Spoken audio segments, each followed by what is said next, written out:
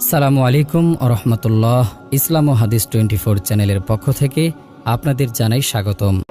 ফালাউলা ইজা বালাগাতিল হুলকুম ওয়া আনতুম হিনা ইযিন তানজুরুন ওয়া নাহনু আকরাবু ইলাইহি মিনকুম ওয়ালাকিন লা তুবসিরুন। অতঃপর যখন কারো প্রাণ কণ্ঠ পর্যন্ত এসে পৌঁছে এবং তোমরা তাকিয়ে থাকো, তখন আমি তোমাদের অপেক্ষা তার অধিক নিকটে থাকি, কিন্তু তোমরা দেখো না। আমার প্রেরিত ফেরেশতারা তোমাদের অপেক্ষা তার অধিকতর নিকটে থাকে, কিন্তু তোমরা দেখো না। এটা ইহজীবনের শেষ মুহূর্ত, সামান্য সময় পরেই বরজখের জীবন শুরু হবে। এজন্যই মৃত ব্যক্তি থেকে অদৃশ্য জগতের পর্দা উঠিয়ে নেওয়া হবে। ওই সময় মৃত্যু পথযাত্রী যা কিছু দেখতে পায়, পৃথিবীবাসী তা দেখতে পায় না। অতঃপর ফেরেশতা হাত বাড়িয়ে রূহকে সম্বোধন করে এবং উহা কবজ করে নেয়। উপস্থিত ব্যক্তিবর্গ ফেরেশতাদেরও দেখে না এবং তাদের কথা শুনতে পায় না।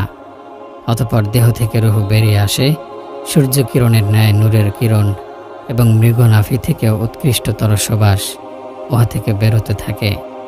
উপস্থিত ব্যক্তিবর্গ নূরের কিরণও দেখতে পায় না এবং সুবাসও অনুভব করতে পারে না। তারপর ফেরেশতাদের তত্ত্বাবধানে মহাসমারোহে রূহ ঊর্ধ্ব আকাশে গমন করে, কিন্তু কেউ ফেরেশতাদেরও দেখতে পারে না। অতঃপর রূহ ফিরে এসে তার গোসল, কাফন এবং কবরস্থানে নিয়ে যাওয়ার অবস্থা প্রত্যক্ষ করে এবং তাড়াতাড়ি নিয়ে যেতে বলে, অথবা বলে, আমাকে কোথায় নিয়ে যাচ্ছ? কিন্তু তার আওয়াজ কেউ শুনতে পায় না। অতঃপর যখন তাকে কবরে রেখে ওপরে মাটি দিয়ে স্তূপীকৃত করা হয়, তখনই মাটির স্তূপ ফেরেশতাদের মৃত ব্যক্তির কাছে আসতে অন্তরায় সৃষ্টি করে না। বরং যদি পাহাড় কেটে উহাতে লাশ রেখে উহাকে সীসা ঢালা প্রাচীরের দ্বারা চতুর্দিক দিয়ে বেষ্টন করে সংরক্ষণ করা হয়, তবুও ফেরেশতাদের লাশ পর্যন্ত পৌঁছার পর কোনো অন্তরায় হবে না। কেননা সূক্ষ্ম রূহ অতি সহজেই ঘনবস্তুর ভিতর দিয়ে চলাফেরা করতে পারে। ফেরেশতারা তো বটেই, জিন জাতীয় উহা ভেদ করে নির্দ্বিধায় চলাচল করতে পারে। মোট কথা, পাখি যেমন অবাধে আকাশে বিচরণ করে, তেমনিভাবে ফেরেশতারা পাথর, মাটি ইত্যাদি ঘনবস্তু তথা বস্তু জগতের সকল বস্তুর ভেতর দিয়ে অনায়াসে যাতায়াত করতে পারে এবং ঘুরে বেড়ায়। কবরের প্রশস্ততা রূহের জন্য সরাসরি হয় এবং শরীর রূহের মধ্যস্থতায় প্রশস্ততা অনুভব করে। আলমে বরজখের বিষয়াবলী সরাসরি রূহের উপর আপতিত হয় এবং রূহের মধ্যস্থতায় শরীরের উপর আপতিত হয়। তেমনিভাবে বাহ্যত কবরে লাশ দুহাত জায়গায় অবস্থান করা সত্ত্বেও রূহের ক্ষেত্রে তার কবর দৃষ্টির শেষ সীমা পর্যন্ত প্রসারিত করা হয়। ফলে এক্ষেত্রে কবরের মাটি সরিয়ে কবরকে খুলে দেখা হলেও লাশ পূর্বতই দেখা যায়। তদ্রূপ কবর মৃত ব্যক্তিকে এমনভাবে চাপ দেয় যে একদিকের পাঁজরের হাড় ওদিকের পাঁজরের হাড়ে ঢুকে পড়ে এবং ওদিকেরগুলো এদিকে চলে আসে। এ কথাগুলো অনুভূতি, বিবেক এবং স্বাভাবিকত্বের পরিপন্থী নয়। যদি লাশ আগের মতোই অবিকল থাকে, তাহলে এ কথা প্রমাণিত হয় না যে কবর উহাকে চাপ দেয়নি। এমনও তো হতে পারে যে চাপ দেওয়ার পর লাশ পূর্বাবস্থায় ফিরে এসেছে। আসল কথা হলো, নবী রাসূলদের পরকাল বিষয়ক বাণী সম্পর্কে বেদ্দিন এবং নাস্তিকদের নিকট নবীদেরকে মিথ্যে প্রতিপন্ন করার প্রবণতা ছাড়া আর কী বা আছে। তাই তারা এই সকল অহেতুক প্রশ্ন উপস্থাপন করে মানুষকে বিভ্রান্ত করার প্রয়াস পায়। একজন অত্যন্ত বিশ্বস্ত ব্যক্তি বলেন, একদা আমি 3টি কবর খনন করলাম। খনন করার পর একটু বিশ্রাম নেওয়ার জন্য শুয়ে পড়লাম। এমন সময় চোখ লেগে গেল। স্বপ্নে দেখি আকাশ থেকে 2 জন ফেরেশতা নেমে এলেন এবং ওই 3 কবরের এক কবরের পাশে দাঁড়িয়ে একজন অপরজনকে বললেন, ইহার পরিধি লিখো 3 মাইল দৈর্ঘ্য এবং 3 মাইল প্রস্থ। অতঃপর অন্য কবরের পাশে গিয়ে বললেন, ইহার পরিধি লিখো 1 মাইল দৈর্ঘ্য এবং 1 মাইল প্রস্থ। অতঃপর তৃতীয় কবরের পাশে গিয়ে বললেন, ইহার ব্যাপ্তি লিখো দৈর্ঘ্য 1/2 ইঞ্চি এবং প্রস্থ 1/2 ইঞ্চি। তিনি বলেন, অতঃপর আমার ঘুম ভেঙে গেল।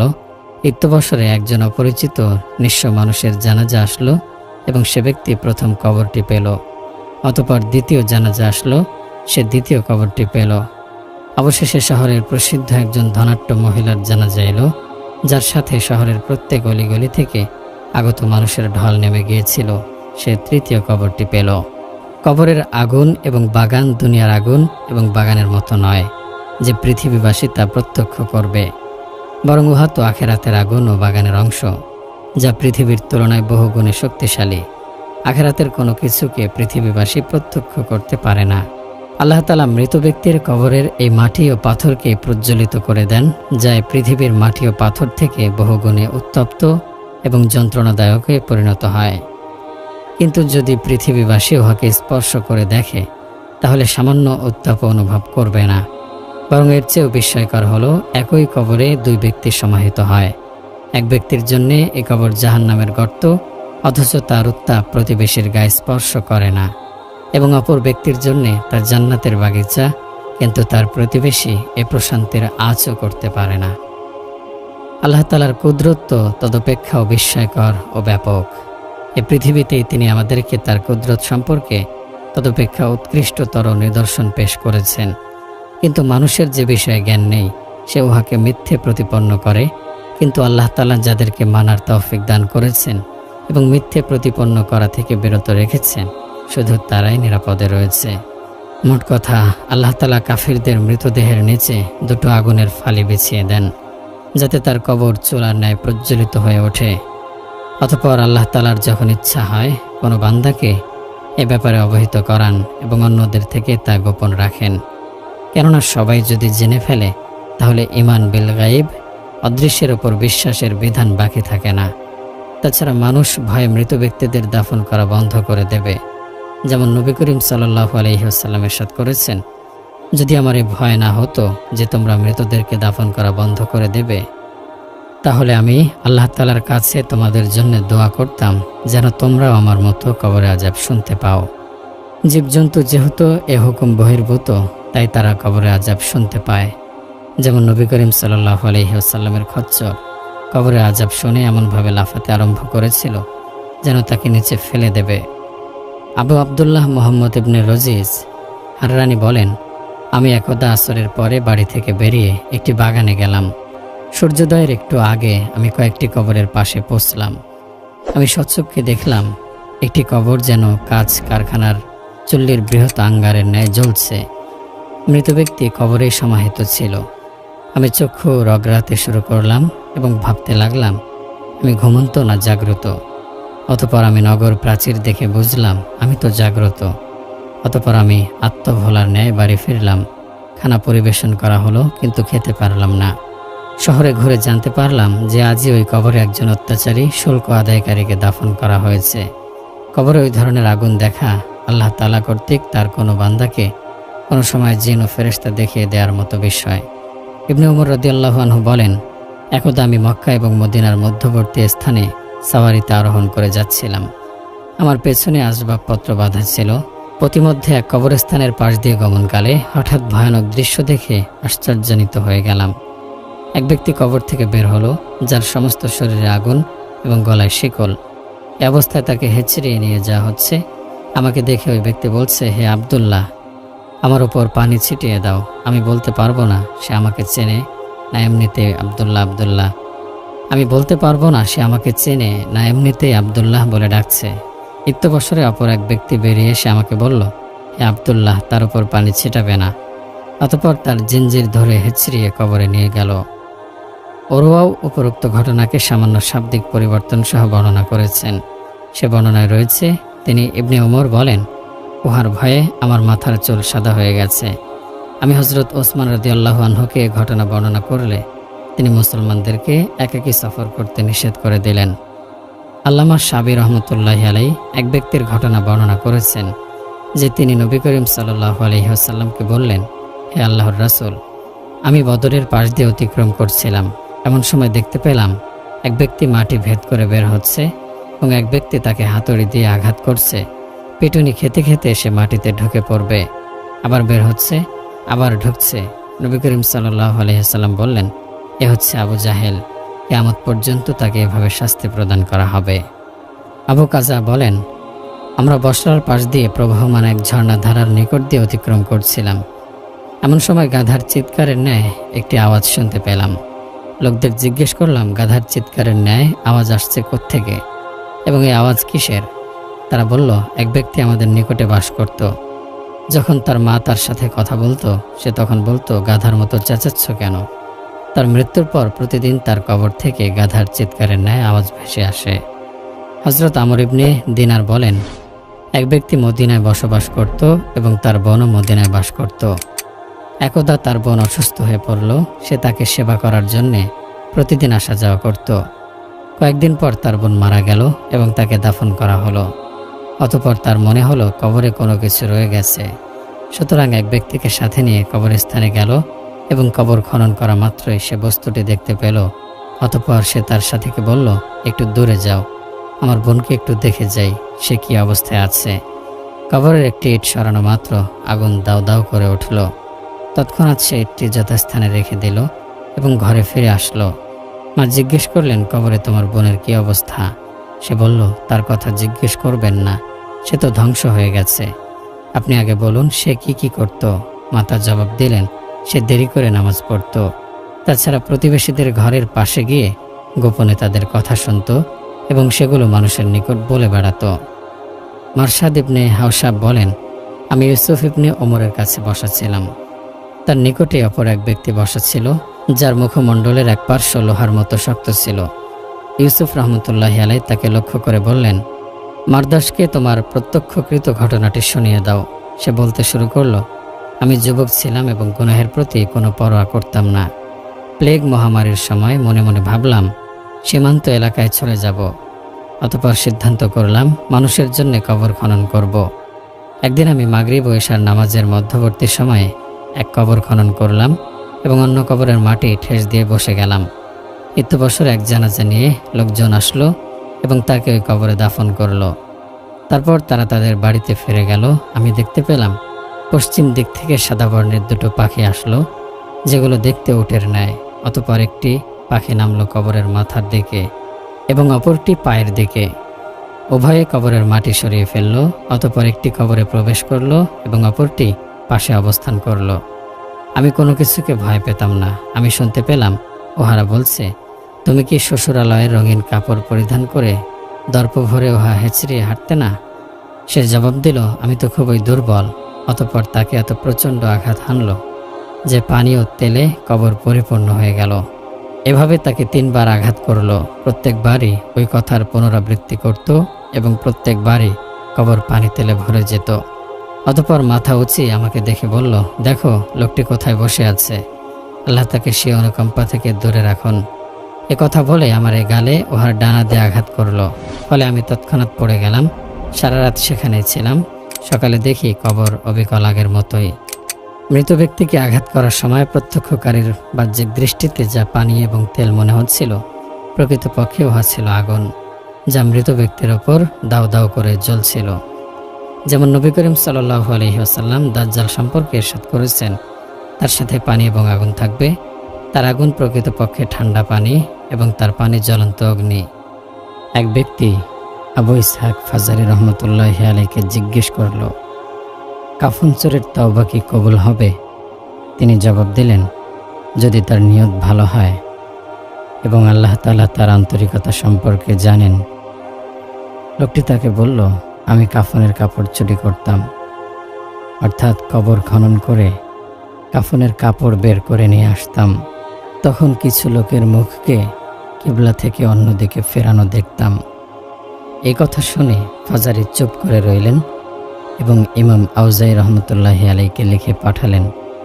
আউজাই প্রত্যুত্তরে লিখলেন, কাফন চোরের তওবা কবুল হবে, তবে শর্ত হলো নিয়ত ঠিক হতে হবে এবং আল্লাহর কাছে নিষ্ঠাবান বলে বিবেচিত হতে হবে। আর যে সকল মৃতদের কিবলা ব্যতীত অন্যদিকে মুখ দেখেছে, তারা সুন্নত তরিকার বাইরে মৃত্যুবরণ করেছে। এক কাফন চোরকে, যে তার কৃতকর্ম থেকে তাওবা করেছিল, জিজ্ঞেস করা হলো, তুমি তোমার ঘৃণিত পেশার জীবনে সবচেয়ে আশ্চর্যজনক বস্তু কি দেখেছ? সে বলল, আমি একটি কবর খনন করা মাত্র দেখলাম তার সমস্ত শরীরে লোহার পেরেক বিদ্ধ রয়েছে এবং একটি বড় পেরেক তার মাথায় এবং একটি বড় পেরেক রয়েছে তার পায়ে। অন্য এক কাফন চোরকে একই প্রশ্ন করা হলে সে জবাবে বলল, আমি এক ব্যক্তির মাথার খুলি দেখেছি যা গলিত সীসার দ্বারা ভরা। কোনো কাফন চোরকে জিজ্ঞেস করা হলো, তোমার তওবা করার কারণ কি? সে জবাবে বলল, আমি অধিকাংশ মানুষের মুখ কিবলা থেকে অন্যদিকে ফেরানো দেখেছি। আবু আবদুল্লাহ মুহাম্মদ ইবনে মাসসাব সুলামি যিনি অত্যন্ত ন্যায়পরায়ণ ও সত্যবাদী ছিলেন। তিনি বলেন, এক ব্যক্তি বাগদাদের লোহার বাজারে এসে 2 মাথা বিশিষ্ট ছোট ছোট পেরেক বিক্রি করে চলে গেল। এক কামার উহাকে গালিয়ে নরম করতে চাইল, কিন্তু উহা আগুন এবং হাতুড়ির পিটুনিতেও নরম হলো না। অবশেষে অপারগ হয়ে সে বিক্রেতাকে তালাশ করল। খোঁজাখুঁজির পর তাকে পাওয়া গেল। জিজ্ঞেস করা হলো, এ পেরেক তুমি কোথায় পেলে? সে বলল, আমার কাছে ছিল। অবশেষে বহু পেরাপেরির পর বলল, আমি এগুলো একটি উন্মুক্ত কবর থেকে পেয়েছি। উহার মধ্যে মৃত ব্যক্তির হাড়গুলো সংযুক্ত ছিল। আমি পেরেকগুলোকে হাড় থেকে ছাড়ানোর বহু চেষ্টা করি, কিন্তু কোনোভাবেই বের করতে পারছিলাম না। অবশেষে আমি হাতুড়ি দিয়ে হাড়গুলো চূর্ণ করে এগুলো পৃথক করেছি এবং একত্র করে আপনার কাছে বিক্রি করেছি। আবুল হিরাইস রহমতুল্লাহি আলাইহি বলেন, আমার মাতা বলেছেন যে আবু জাফর যখন কুফায় খন্দক খনন করালেন, তখন লোকেরা কবর থেকে তাদের নিকটাত্মীয়দের লাশগুলো স্থানান্তরিত করেছে। তন্মধ্যে আমি এক যুবককে দেখলাম যে সে তার হাত কামড়ে ধরে আছে। শাম্মাক ইবনে হারব বর্ণনা করেছেন, একদা আবু দরদা রাদিয়াল্লাহু আনহু কতিপয় কবরের মাঝ দিয়ে যাচ্ছিলেন এবং বলছিলেন, তোমার বাহ্যিক অবস্থা কেমন? শান্তিপূর্ণ। এবং তোমার অভ্যন্তরীণ অবস্থা কেমন? হতাশাব্যঞ্জক। সাবেদ বুনানি বলেন, আমি কবরস্থানে পায়চারি করছিলাম। এমন সময় পশ্চাৎ দিক থেকে কানে আওয়াজ আসলো, কবরের নিস্তব্ধতার ধোঁকায় পড়ো না, এখানে অনেক দুঃখ ও কষ্টে নিপতিত ব্যক্তিও রয়েছেন। আমি পশ্চাৎ দিকে তাকিয়ে কাউকে দেখতে পাইনি। হযরত হাসান রাদিয়াল্লাহু আনহু এক কবরস্থানের পাশ দিয়ে অতিক্রম করলেন এবং বললেন, এ সৈনিকেরা অনুকম্পার যোগ্য, এরা কতই না শান্ত, অথচ এদের মধ্যে অনেক বিপন্ন ব্যক্তিও রয়েছে। জৈনক বুজুর্গ বলেন, আমার একটি মেয়ে মারা গিয়েছিল। আমি তাকে কিবলামুখী করে কবরে রাখলাম। অতঃপর যখন কবরের মাটি ঠিক করি, তখন তাকে কিবলা থেকে অন্যদিকে ফেরানো দেখতে পাই এবং মনে অত্যন্ত ব্যথা অনুভব করি। একদিন তাকে স্বপ্নে দেখলাম, সে আমাকে বলছে, হে আব্বাজান, আপনি আমাকে কিবলার দিক থেকে ফেরানো দেখে খুব মর্মাহত হয়েছেন। আমার আশপাশের প্রায় সবাইকেই কিবলার দিক থেকে ফিরিয়ে দেয়া হয়েছে। এর দ্বারা মেয়েটি এ কথার দিকে ইঙ্গিত করল যে যারা কবিরা গুনাহে অভ্যস্ত এবং এর উপর মৃত্যুবরণ করে, তাদের সাথে এমন ব্যবহার করা হয়। আব্দুল হামিদ ইবনে মাহমুদ বলেন, আমি ইবনে আব্বাস রাদিয়াল্লাহু আনহু এর কাছে বসেছিলাম। এমন সময় কিছু লোক এসে তাকে বলল, আমরা হজ্জের উদ্দেশ্যে যাত্রা করেছি। সাফা নামে আমাদের একসঙ্গে ইন্তেকাল করেছেন। আমরা তার কাফন দাফনের ব্যবস্থা করলাম এবং কবর খনন করলাম। যখন কবর খনন করা শেষ হলো, একটি কালো সাপ এসে সমস্ত কবর বেষ্টন করে নিল। তারপর সেখান থেকে সরে অন্যত্র কবর খনন করা হলো, ওটাও সাপে বেষ্টন করে নিল। অতঃপর তৃতীয় জায়গায় কবর খনন করা হলো, সেখানেও সাপ এসে বসল। ইবনে আব্বাস রাদিয়াল্লাহু আনহু বললেন, উহা তার প্রতারণার ফল। যে কাজে সে অভ্যস্ত ছিল, যাও তার জন্যে খননকৃত কোনো একটি কবরে তাকে দাফন করে দাও। এবং তিনি বললেন, আল্লাহ তাআলার শপথ, তোমরা পৃথিবীর যেখানেই কবর খনন করো, সেখানেই এই সাপ দেখতে পাবে। অবশেষে আমরা তাকে এক কবরে দাফন করলাম। হজ থেকে ফিরে এসে আমরা তার পরিত্যক্ত জিনিসপত্র তার বাড়িতে পৌঁছে দিলাম এবং তার স্ত্রীকে জিজ্ঞেস করলাম, তোমার স্বামী কি কাজ করত? সে বলল, খাদ্যশস্যের ব্যবসা করত এবং প্রতিদিন ওখান থেকে তার পরিবারবর্গের ব্যয় নির্বাহের জন্য কিছু খরচ করে গ্রাহকদের প্রতারিত করার মাধ্যমে তা পূরণ করে নিত। আবু ইসহাক বলেন, আমাকে এক ব্যক্তির গোসল দেওয়ার জন্য ডাকা হলো। যখন তার মুখের কাপড় উন্মোচন করলাম, দেখতে পেলাম একটি মোটা সাপ তার গলায় জড়িয়ে আছে। তাকে গোসল না দিয়ে চলে আসলাম। লোকেরা বলল, সে সাহাবায়ে কেরামকে গালি দিত। বসরার জৈনক কবর খননকারী বলেন, আমি একদিন একটি কবর খনন করলাম এবং তার নিকটে ঘুমিয়ে পড়লাম। স্বপ্নে দেখি আমার কাছে 2 জন মহিলা এসেছে। তাদের একজন আমাকে বলল, হে আল্লাহর বান্দা, আল্লাহর নামের শপথ দিয়ে বলছি, এ মহিলাকে আমাদের কাছ থেকে দূরে সরিয়ে নাও, আমাদের আশেপাশে দাফন করো না। হঠাৎ আমার ঘুম ভেঙে গেল। ইত্যবসর ওই কবরের পাশে এক মহিলার লাশ নিয়ে আসা হলো আমি তাকে সেখানে দাফন করতে না দিয়ে অন্যত্র দাফন করার জন্যে বলে দিলাম। রাতে আবার ওই দুইজন মহিলাকে স্বপ্নে দেখলাম। একজন বলছে, আল্লাহ তাআলা তোমার মঙ্গল করুন, তুমি আমাদেরকে দীর্ঘমেয়াদী অকল্যাণকর বস্তু থেকে রক্ষা করেছ। আমি বললাম, এ মহিলা তোমাদের মতো কথা বলে না কেন? সে বলল, এ মহিলা ওসিয়ত করা ব্যতীতই মারা গেছে, এর শাস্তিস্বরূপ সে কিয়ামত পর্যন্ত কথা বলতে পারবে না।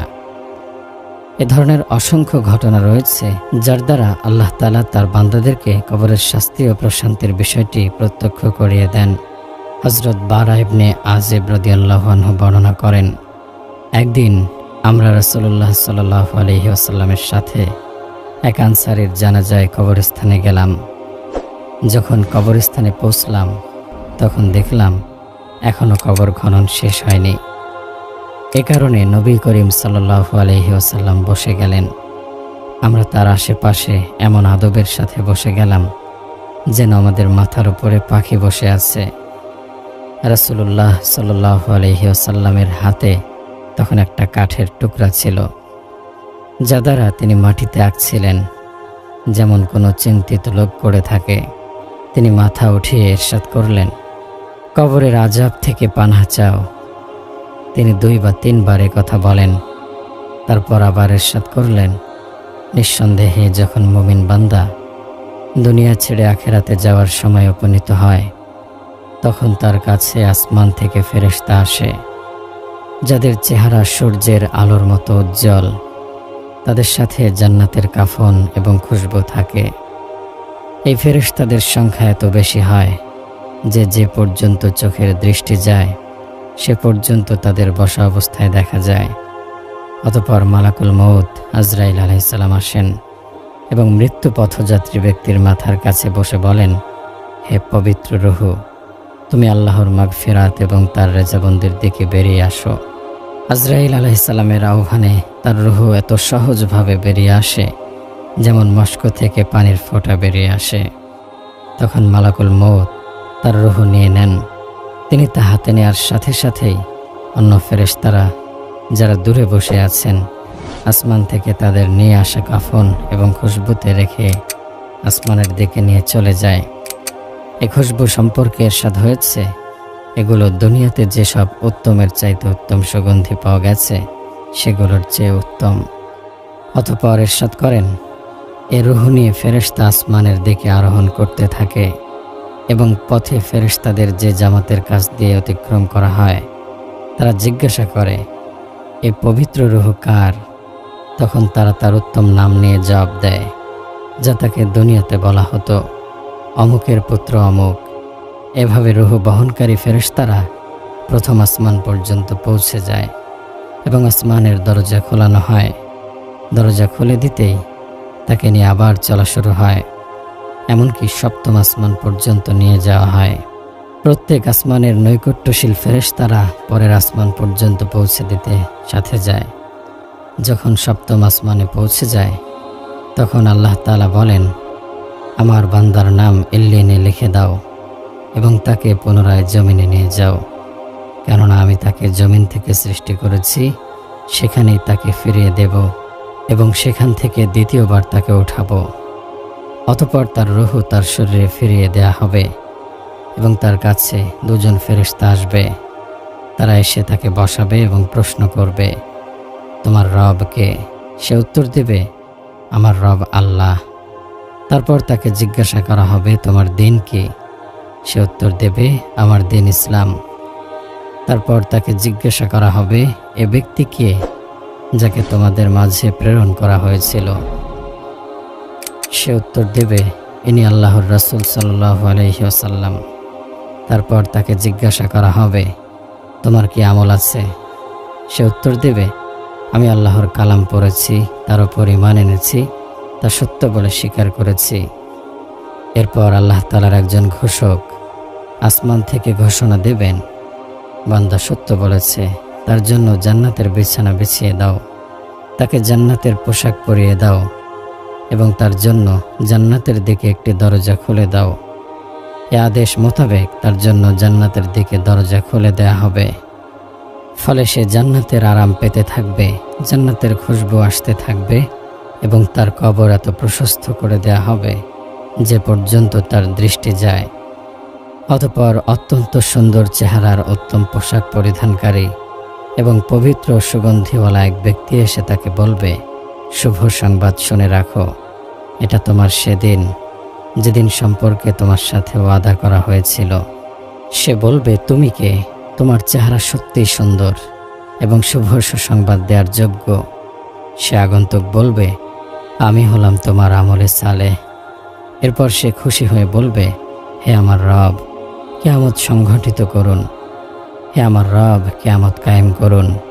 আমি আমার পরিবার পরিজন এবং সম্পদের কাছে পৌঁছে যাই। পরিবার পরিজন ও সম্পদ দ্বারা বেহেশতের হুর ও নিয়ামত বোঝানো হয়েছে।